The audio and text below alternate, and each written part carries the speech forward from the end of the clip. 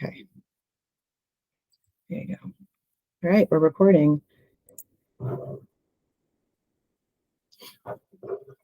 Hi, everybody.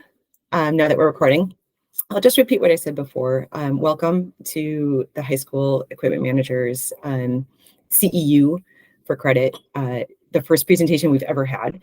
This one's going to be on swimming and diving. My name is Nicole Benson. As you enter, please put your name in the chat with your district and your school. That would be super helpful, so you can get credit for that and people know what's going on. We do ask if you can keep your camera on. That's helpful too for just engagement. I understand this is a wild kind of day for a lot of high school managers. It's the change of seasons. It's probably chaos in your room with fall coming in and winter going out. So I recognize that, and we're going to keep this short and sweet. And I also recognize that what I'm presenting to you is unique for every person out there, especially in high school. There's a lot of people who wear multiple hats. They're not just equipment managers, they're athletic trainers, or they're athletic directors, or they're one of several hats. So some of this might apply to you, some of this might not apply to you. Some of this might apply to some of the college people watching. Like this might be like, oh, wow.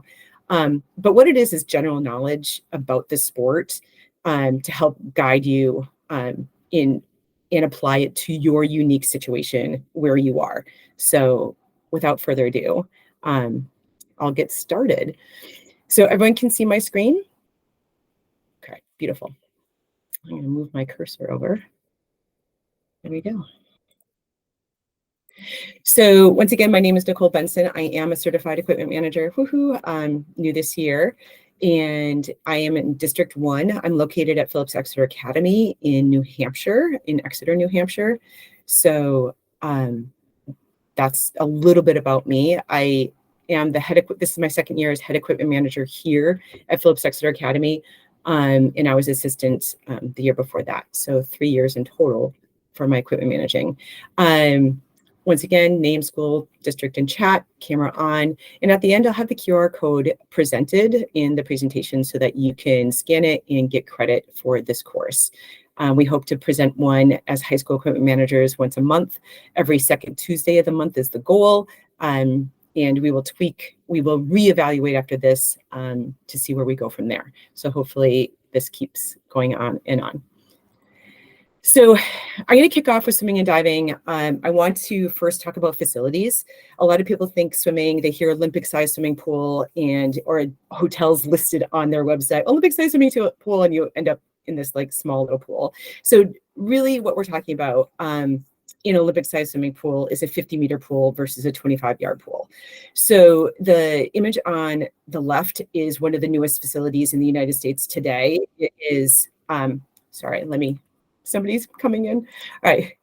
The image on the left is one of the newer facilities in the United States today. This is the University of Wisconsin in Madison. They just completed their 50-meter pool, which replaced an older 50-meter pool that they had and a 25-yard pool that they had on campus. This is only the competition pool side. Behind the photographer here is the diving well, which is another 25 yards, probably at least 4 lanes for people to warm up, warm down during meets. So right now, this pool on the left-hand side is set up for short course yards. That's typically what high school swims in.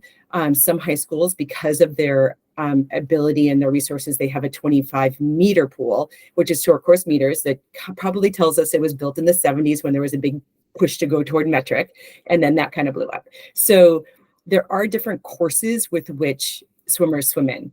What does this apply to equipment managers? This is good knowledge to have, whether you have your own pool at your school, because not some do. In the Midwest, there are pools that are attached to a school district, or if you're training out of a YMCA, or if your high school or college team is training out of another private facility. So this is all just good information to have. So on the right-hand side is our pool here at Phillips Exeter Academy. That is a 25-yard pool. And that pool has 2 1-meter diving boards in the deep end. As you can see, and it's very deep. It's also set up for water polo, which is a whole nother subject we can get into. But it's deep enough for water polo, but this is set up for a 25-yard course. 50 meters, the one on the left-hand side, is one that they use in international competition, typically for Olympic trials. A lot of international swims are done in that pool. And the one on the right-hand side, 25 yards, like I said, is typically for high school competition and for college competition. Their NCAAs is traditionally swim in a 25-yard pool. So that's that. I'm going to move to the next slide. I'm admitting people and moving people to the next slide at the same time. Oh. All right, so like I said, 50-meter pool typically used for international events. Teams will train in this pool to prep for these competitions, even if they're a college or high school team.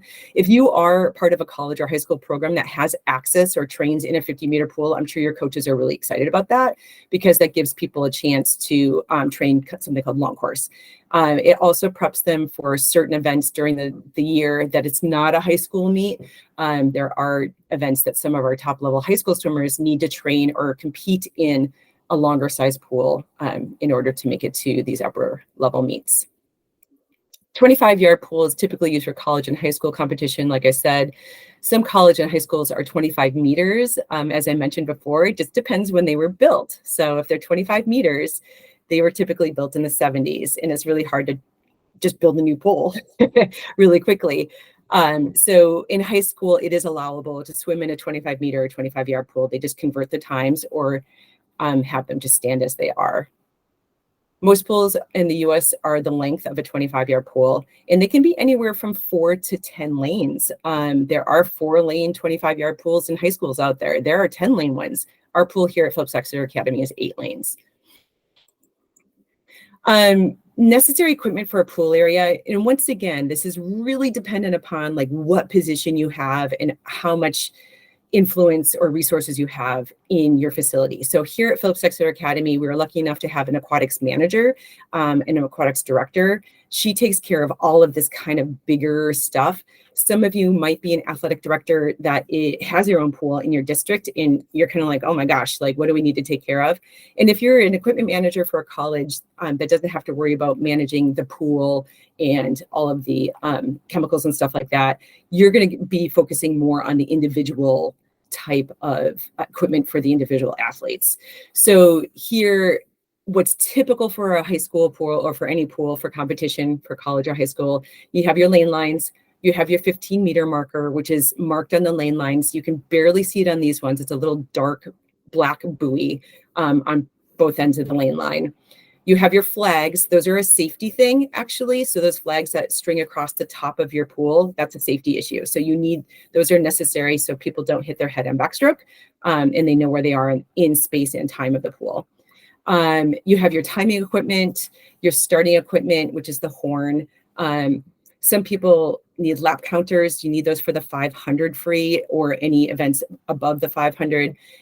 So those are some things you might be asked to order or have for a meet, unless the facility you have has those on hand, if you're renting a facility. Then, and a pace clock. Pace clock is crucial for a lot of people, for a lot of teams. It can be an analog pace clock or it can be digital. Depends on your space and what you have going on and what's available to you. So then it comes down to, that was like the pool side. You might be asked to order some of those. Like I was already asked this week to order new flags for our pool, and you can buy them individually, by the way, to restring the flags across the pool. And I'm going to go back and show you one more thing. The lane lines also are specific to swimming. If you notice that the lane lines are different colors, there's like a solid red, then it's like dotted red, white, white, and then it's solid red again. Those again are a safety thing. That transition from dotted to solid is right underneath where the flags are. So if a swimmer is unable to see the flags during backstroke, they have that solid line or that marker, that demarcation in the lane line to know that the wall is approaching so that they can anticipate the turn. So that's another universal, this is how it's set up, all pools for competition. Maybe in different colors, it can be blue and white, but it is the solid line, the dotted lines, and the solid line. Individual equipment, very typical. Once again, this might depend upon your facility. So here at Phillips Exeter Academy, we have a bin of kickboards that all the swimmers and athletes can borrow. We have a bin of fins. We have a bin of pool buoys. Although that doesn't always have to be that way, you might be asked to purchase. I mean, I have to purchase those for the pool, but then also a lot of swimmers like to have their own individual kickboards and pool buoys with them that they take in their gear bag. So typically there's a mesh bag. That's something that kids will bring or athletes will bring and have to carry most of their gear in. Then they have fins, which is something you might do. They're sized basically like a shoe size, and they give a size range on those. So when you're asked to order those, that's typically there. Some coaches like a different brand of fin or a different type of fin. That may be something that the coach specifies with you. Paddles, they come in different shapes and sizes also. That might be a personal preference for the swimmer. Then we have the snorkel. The snorkel is kind of a new thing in the past, I'd say 7 to 10 years. That actually restricts airflow. It teaches actually good head position in the water for swimming freestyle. It's something we really like to use for swimmers so that they can keep their alignment straight without moving their head and worrying about technique and breathing at the same time. So the snorkel helps with that. And like I said, it does help with breath control and so forth.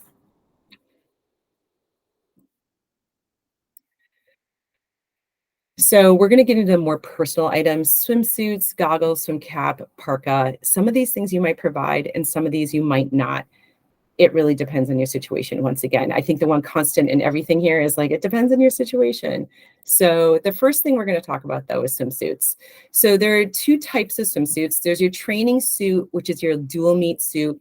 Typically not a bikini for the women. That's more for just training, but a one-piece dual meet suit or a men's brief is what they wear for, I would say, in-season competition, not your championship meet, or for daily training.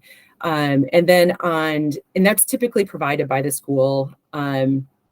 We buy those. We have the kids make up their own designs the year ahead of time, so forth and so on. And we can go into vendors. I have vendors later on that we sometimes use. And if you see a vendor displayed on this presentation, I'm not trying to tout one vendor over another. It's just I found an image and was something to share to give examples. So on the right-hand side, you have something called a tech suit. These are typically worn during your championship season. Some schools, depending upon, even in high school, if you have a contract with a vendor, they might provide them for your swimmers, but typically swimmers will buy these themselves also. They can range up to like $500 a suit, and they're only worn a few times.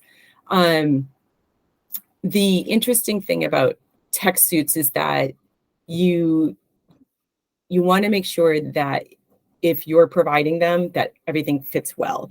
And that can get tricky. Sometimes colleges do provide these things, or sometimes high schools can and have a deal. I mean, there are some upper level high schools out there that might provide their tech suits, which is a really nice thing to do. But we'll get into sizing next. So sizing in swimsuits, it's not small, medium, large, right? That doesn't equate. It's the numbers across the top where it's like 20, 22, 24, 26. They're always even sized, and that's the number. The number is always going to be even. And it really does correlate with the dimensions, your bust, waist, hip, and torso. Less so with the hip, more so with the waist and more so with the hip. So trying to get the suit over the hips can be tricky. And when you size, and this is the Speedo sizing chart, they're typically universally the same. So you don't have to be like, oh, what's TYR sizing? What's arena sizing? Typically in suits, they're about the same. When you get to the tech suit area, that can get a little tricky. But this is what sizing is. An easy way for people to size a swimsuit for women is I will have the swimmer have their suit on. I'll take the straps and pull them up. If they pull up easy to the ears, there's a lot more give there. you want it to be kind of difficult to get up to the ears as you're pulling up. Then it's tight enough. You want to minimize drag. You don't want it too tight where it's like cutting off any ability to move or constricts your ability. But you also want to make sure that there's enough room to move, but not too much where it creates drag and it kind of droops and catches the water in the front. Louis, did I see your hand up? Did you have a question? Okay. So that's the women's sizing. The men's sizing is similar right here. It's also in even numbers. It's not small, medium, large. And you would measure the chest. You don't measure the chest because men don't wear full body suits like they used to back when the Blue 70 was out, I don't know, early 2000s or so. So this is more of, you would just go off of the waist and the hip.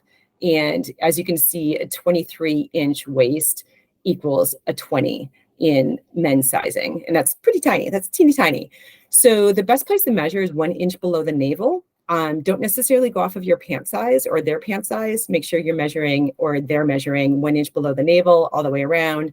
And that can kind of give you a good gauge. And then they can move up a size or down a size from there. But you want them tight enough. They should be pretty tight.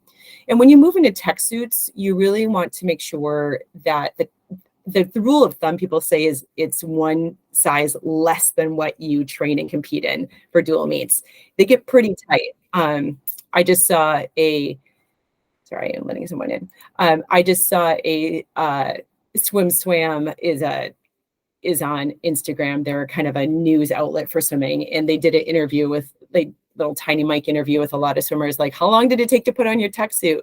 And a lot of people were like, 40 minutes, 30 minutes. And tech suits usually take a long time because they're persnickety and they have thin fibers and they're prone to tear easily. So you need to be really, really careful with them.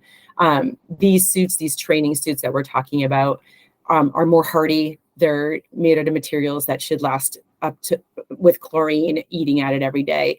And they should last probably a good solid year, like calendar year, not just a season. Any questions so far? Any comments or questions that I can entertain? If you do, just jump on in. How are you getting a year's worth out of a tech suit? We're only getting about 8 to 10 swims out of it. Right. Great clarification. Tech suits are usually only 6 swims. I was referring to these as like the dual meet practice suits. They are more polyester based versus the tech suits. Good question. We're going to move on to swim caps. There are lots of swim caps out there. So a swim cap that is like reasonably priced, quick to get, never out of stock, usually in colors, hopefully not, is your latex cap. That one's on the left-hand side. You can get it printable. You can go through like swimoutlet.com. It's just a suggestion. There are other places where if you work with a vendor like through Speedo or Arena or 2IR or Nike, you can absolutely get these latex caps printed with your logo on them. They are relatively inexpensive, probably I'd say about $3.50 to $5 a hat. So not terribly expensive. Obviously buying in bulk is helpful. You can get them in a variety of colors. On the right-hand side is your silicone cap, which is all the rage. Everybody loves them. Kids prefer to swim in them. I never liked silicone, but to each their own. But it's thicker. It lasts a little bit longer than the latex cap. Typically teams will double cap. So a person or an athlete might wear a latex underneath and then double cap with a silicone on top that just keeps things together more for them. You would probably be buying both types of caps unless, sorry, somebody's calling me. My apologies. This was unexpected.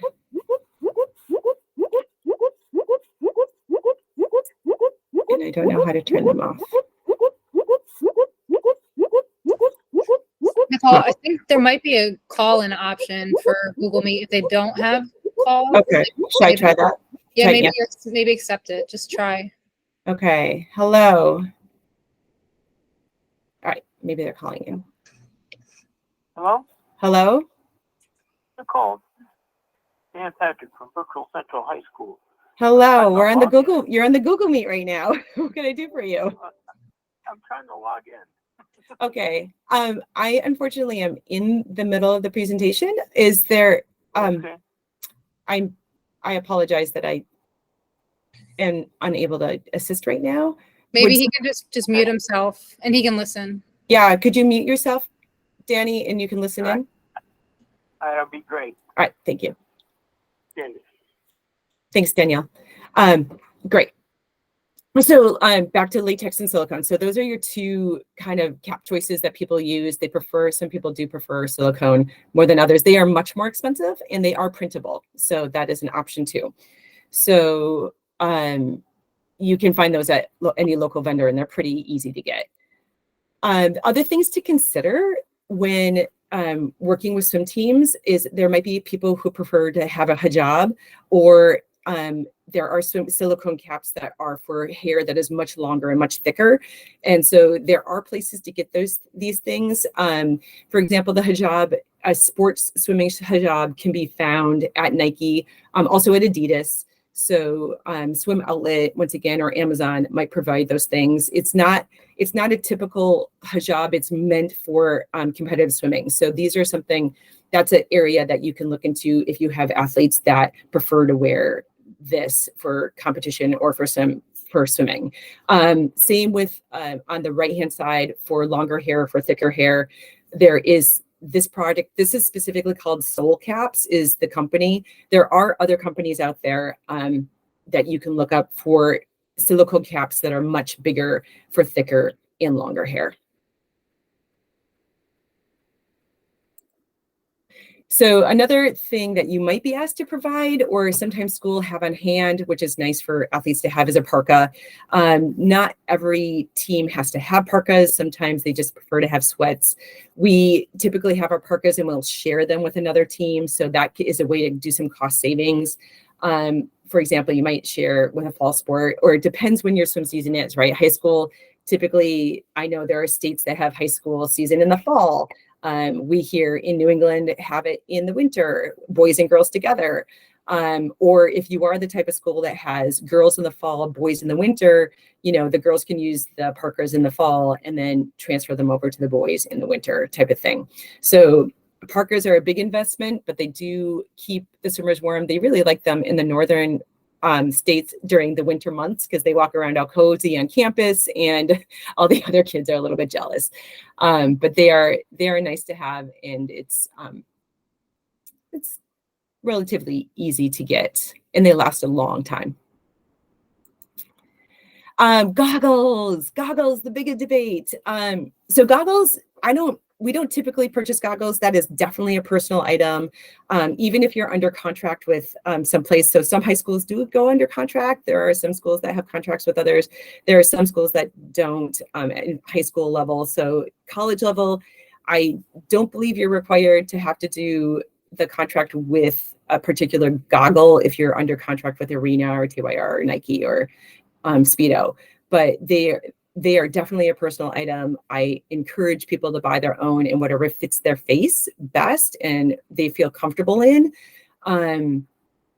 They're tricky to figure out. They take a while. And once people find the one that they like, they stick with them. Price ranges vary from, $15 to $23 to $30. So there's a wide variety of price points in the goggle world. So that's another thing that just to be aware of. So there's some additional items that came on the market not too long ago that as equipment managers, you might be asked to purchase for the program. So they're not necessarily individuals. Some athletes might purchase these for themselves and have them in their gear bag, or the program might come to you and say, we'd like these for the program. So they're called drag socks on the left-hand side, and then on the right-hand side, they're called parachutes. They help with power. And you're going to see in the next slide another tool that has helped with power. But this is a great way that saves space and also saves money to work power with your swimmers. There's also something called the stretch cord. You can do resistance and assistive with those. And like I said, those are space savers compared to the next item that I'm going to show you, which I don't know where that is. It might come up next. Power towers. I don't know if you all know what power towers are. They're kind of like weights in the pool, big buckets and big towers. So I think I have that coming up next and we can look at that. So budgeting, private versus public, it's once again all over the map. It depends on what you're doing and what you're purchasing. Typically at a public school, when I coached public school, our kids had to buy their own swimsuits. I said, this is the swimsuit you're doing, this is what you're getting, but it's a personal item and it's yours to keep, right? And then we had a pool that had kickboards available, which was really nice too. So really depends what your school decides to provide for people, whether you have your own facility and what you can provide on the facility, or whether the kids are going to a separate facility off-site. Do they provide that for them? What are we required to do? Water is just the number one thing. So as long as we get in the kid in the water. As far as swimsuits, the swimsuit, from what I understand in high school rules, the swimsuit can be different than your teammates. It does not have to be uniform, but the cap needs to be your team cap. So the swim cap is absolutely the thing. You can't have a different swim cap on your relay team or on your team. Everyone has to wear the same swim cap. The suits can vary, I think, and that's because of price points and accessibility and this, that, and the other. So that's the understanding of the rule that I have. When to order? We order a year in advance, but you know what? Sometimes you can't do that because sometimes you need to order the size you specifically need. So once you have your roster, you'll know your sizes. The kids will give the sizes. Over Thanksgiving break, you try and get a rush order in. So that happens too. Understood. There are different vendors and brands that you can go with. This is not an exhaustive list. It's just some of the ones that I know right off the top of my head, which is Arena and Speedo, TYR, Nike. Swim Outlet is kind of like encompasses a lot of things, and they can do printing for you also. Kiefer and your local swim shop or your local vendor is also someone to keep a good relationship with, especially when supply is low.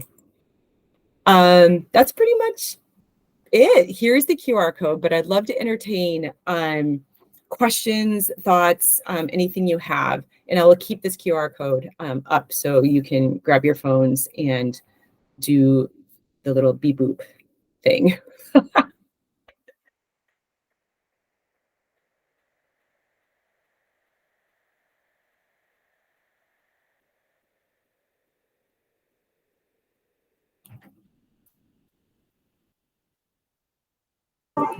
Nicole, can you talk for a minute? I know this because I've been caught up before on the wrong side of it, about how the swimsuits occasionally will change specifications from one year to the next, and so you get stuck with inventory. Right. Yeah. Getting stuck with it. I think we have all had the pains of getting stuck with inventory. So for high school, the National Federation of High Schools is the place to go for any rule changes on swimsuits. So that's where I would go every year before the start of the season to see how swimsuit specifications change. Like the biggest change that there was from the blue 70s to, phasing that out. And they all need the specific marker on the back of their suit. It's FINA approved. So for high school, the training slash dual meet suit doesn't necessarily need to have that marker. College, it does. So that's kind of a big difference there. The tech suits will all typically have that marker, and it's pretty important that the tech suits have that because usually at championship meets, if they're observed, they'll need to be in USA Swimming's compliance. So, and that's another great question, Cliff, that it's not necessarily, it does lead to equipment, but it's not equipment. It's kind of just the rules. High school has high school rules, and high school is observed in one way, and it's under high school guys, for lack of a better word. And until the high school petitions their championship meet to be observed by also USA Swimming, so high school and USA Swimming, then that's when those suit recommendations come into play more so with the like little logo on the back, FINA approved. So you need to kind of make sure that depending upon what meet are they going to, especially in college, like what meet are they going to? And college falls under all USA swimming. So that's like it, you should always have that little, FINA approved stamp on every suit. And most suppliers have that, right? Your big names will have that, Speedo, TYR Arena. If you're going with like kind of an off brand, just make sure that you're up to speed on what that is. There was some type of high school rule, and I think it got overchanged because there was a big outcry about it, is like how a suit looks on a female and whether to disqualify a female if the suit doesn't look, quote, modest or appropriate. And that gets a little tricky. It gets a lot tricky. So how a person chooses to decide to wear their uniform, that's up to the referee. And I think that also is just someplace I just stay way out of. I provide the suit, and I try to provide the suits that are comfortable for all. So that's a consideration we need to make when we're suggesting suits to our teams. Or to the coaches. There are some suits out there that have different cuts for women in the backside. So through the hip, through the underneath of the butt, there is a different type of cut. And the strap width might also play into what's more comfortable for the entire team, right? So keeping that in mind when ordering those suits. Men's suits are typically a brief. Some men prefer a jammer, so you might have to negotiate that with your coach and with your team. But the women's suits, taking into consideration the cut in the backside and the width of the straps, so that everyone feels comfortable in that. And then how they choose to wear the suit after they have those considerations. Once again, not for me to police, but that's the higher ups. Did I answer your question, Cliff? Yeah, this is good for me because obviously I'm at the college level, so I'm dealing with different rules, but my daughter is a freshman in swimming in the high school. And so I'm curious what the differences were from summer swim to high school swim. So I'm just curious, do you provide dual meet suits for your kids, or do you provide the championship suits? We only provide the dual meet suits because we consider it a personal item and they can keep it for 2 years, which is 2 seasons, which is a total of 16 meets. So a dual meet suit should last that. We, of course, that should be. Yeah, I for those of you that don't know, the USA swimsuits that she's talking about run about $350 a piece. So I was wondering how many of the high schools were actually providing those. So thanks for clearing that up as well. Not us, but to your point, the really good point though is that the difference is that when they go to the championship meet, none of my kids are in the same suit, right? So our dual meet suit, we all look uniform, which is great, and we have our caps on. But when we go to the championship meet and they wear these tech suits that are wicked expensive, they have to have their cap that is uniform. The cap is what makes the uniform, not necessarily the suit. So just so you know that. So that's a good little high school tidbit to have. And just confirm it with your conference, confirm it with your league. But that is what it is pretty much anywhere I've gone. So that's it sounds like, from what I understand too, a high school rule that I was not aware of is make sure that the caps have the correct size logo on it, because there was a kid here in New Jersey who swam. His brother died overseas in the Gulf War, and he had a larger flag on it, and he got DQ'd by the coach from the other school because it was a rival school, and the relay that the kids swam on made their team win the meet by 1 point. And the coach went and had them measure the flag, and they DQ'd the swimmer, which DQ'd the relay, which made him win the meet. So that's unfortunate. That is so unfortunate. But I've seen that happen. These little rules that they have, it can be 2 by 2, but it can't be 2 1/4, and right. So just be careful about some of those things. It's unfortunate. Most standard off the shelf swim caps will the the logo is the right size. So if you're just getting it off the shelf, ordering it, that Nike logo, that Speedo logo is the correct size. But if you're adding any other graphic other than your team, right, you can add the flag, but everyone in the team needed to have the flag, right? So just make sure that that graphic is the same in uniform for your team. Thank you, Cliff. That's a good question. Other questions?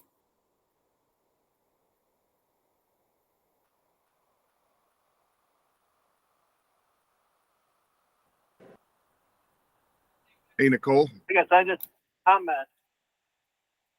You can hear me. Yes, I can hear you. Is that, Dan, hi, Daniel. from what we just had our state swim meet, and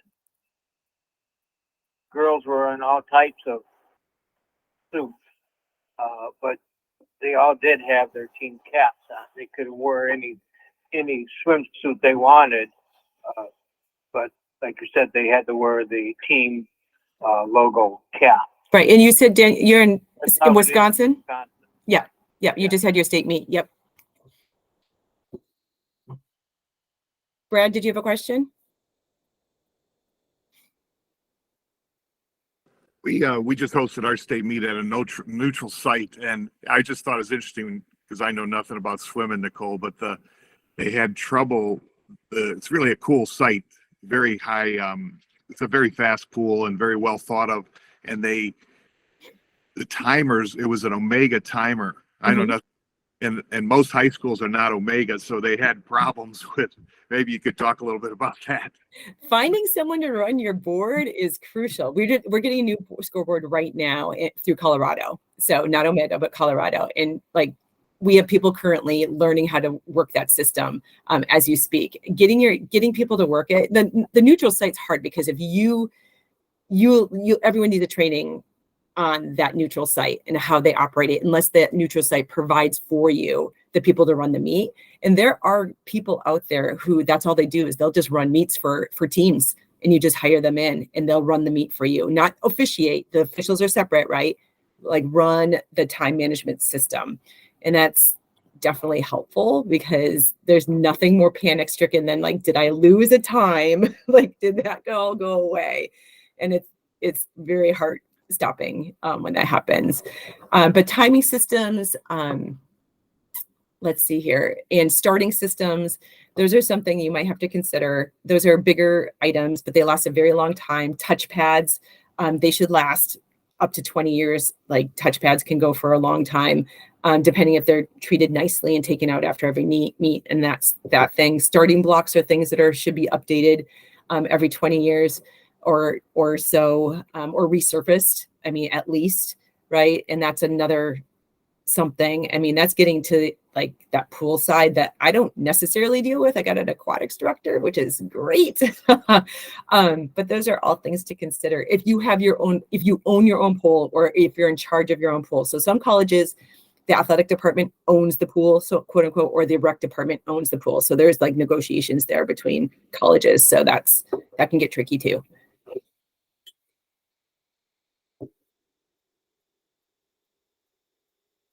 I'll stop sharing. Everyone get the QR code. All right, now I can see you all.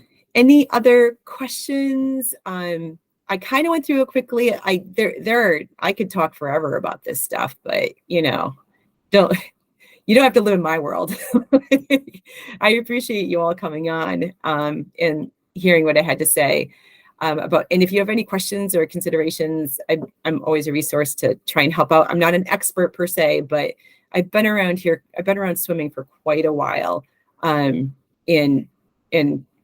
like to talk about it, and I coach it and all that job. Oh, good, Danielle, you got soul caps. They're helpful. During the meeting, I just emailed the coach, and she's so pumped. This is exactly the problem we had last night. So thank you. Oh, good. I'm happy that's a good resource for you. Thank you. Awesome. All right. And to Kyle, who was having trouble on the phone, I took care of adding him to the list of people for CU, so he doesn't need to take care of that. Oh, thank you, Rob. Yeah, I want to wait a second before I hop off, a huge shout out to Robin, the AEMA, who's totally helped me and just get me through to this point. Thank you, Robin. You are amazing.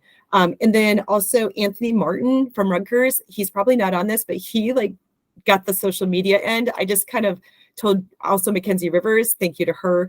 I told her I was doing this, and Anthony was right, like within minutes, is like, hey, can I do a QR code to put you on social media?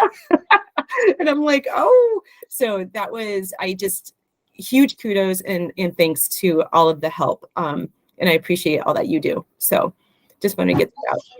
Nicole, I just want to say, I mean, this was great. I mean, I learned a lot of stuff too, and I don't even work with high school stuff. So I think it's important for you guys for the high school people to plug this in with Anthony and get some more people on here, because the things you're talking about are relevant no matter where you're at. Right. You know, and like, you know, maybe I can throw something out there about tech suits that you don't usually talk about, and you guys get afraid of the sticker shock and say, well, we're not getting tech suits, which is probably a good thing anyway. But I think the only complaint that I have, Nicole, and this is not a criticism of you, so don't take it that way, because still think you did a great job. I don't know why I couldn't get it to go on my phone. So I was locked here at my computer. And so, I don't know, I would have had the picture on, but there were things that I was going to do while I was doing this. So yeah, it is what it is. Right. But thank you very much for running this and having this out there and putting it out there so that us college people could join in too. This was good. Thank you. Thank you. Nicole, you did a great job. Thank you. Thank you so much for joining, and stay posted. I'm going to work on those technical issues because there's a couple things on my end I got to work on too. Rob, I might get a new link and like it might be a little different, but thank you all for coming. I appreciate it. Great job, Nicole. Thank you. Have a great day, everyone. Have a good one. Thank you. Bye-bye. Bye-bye. So Nicole, I would encourage you to do this as a presentation at convention as well.